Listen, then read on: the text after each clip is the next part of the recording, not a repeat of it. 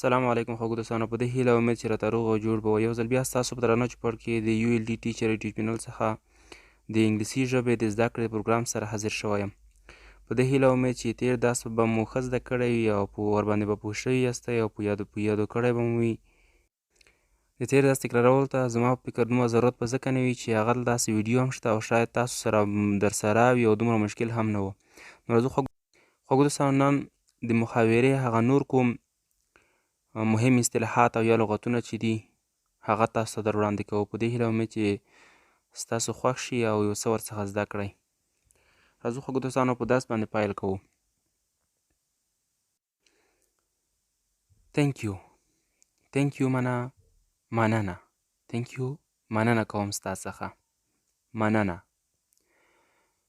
کله چې پرونۍ کومه محاوره چې ده هغه I'm fine ته ورسیږي، زه ښه یم، له هغې وروسته به تاسو مننه وکړئ. Thank you. مننه. او بیا له هغې وروسته د نوم مبارکه پوښتنه کیږي. What is your name? What is your name? ستا نوم څه شی دی؟ ستا نوم څه شی دی؟ What is your name? ستا نوم څه شی دی؟ او مقابل طرف په ځواب کې وایي My name is احمد. My name is احمد. زما نوم احمد دی. زما نوم احمد دی.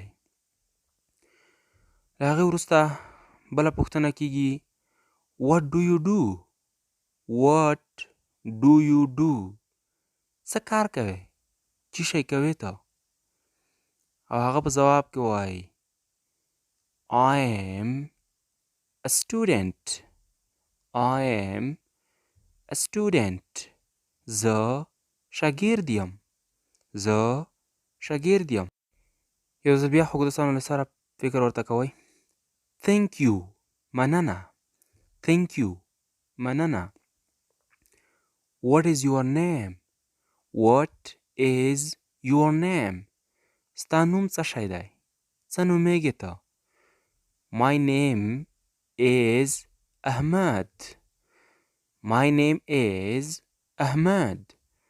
زما نوم احمد دی. What do you do? What do you do?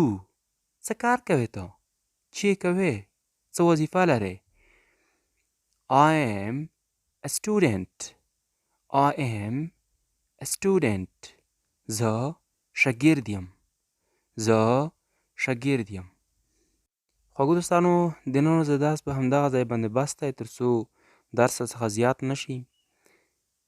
تر بله درسه چې بیا ستاسو په درانه چوپړ کې حاضرېږم، زموږ ULD ټیچر یوټیوب چینل در سره سبسکرایب کړئ او په الله مو سپارم.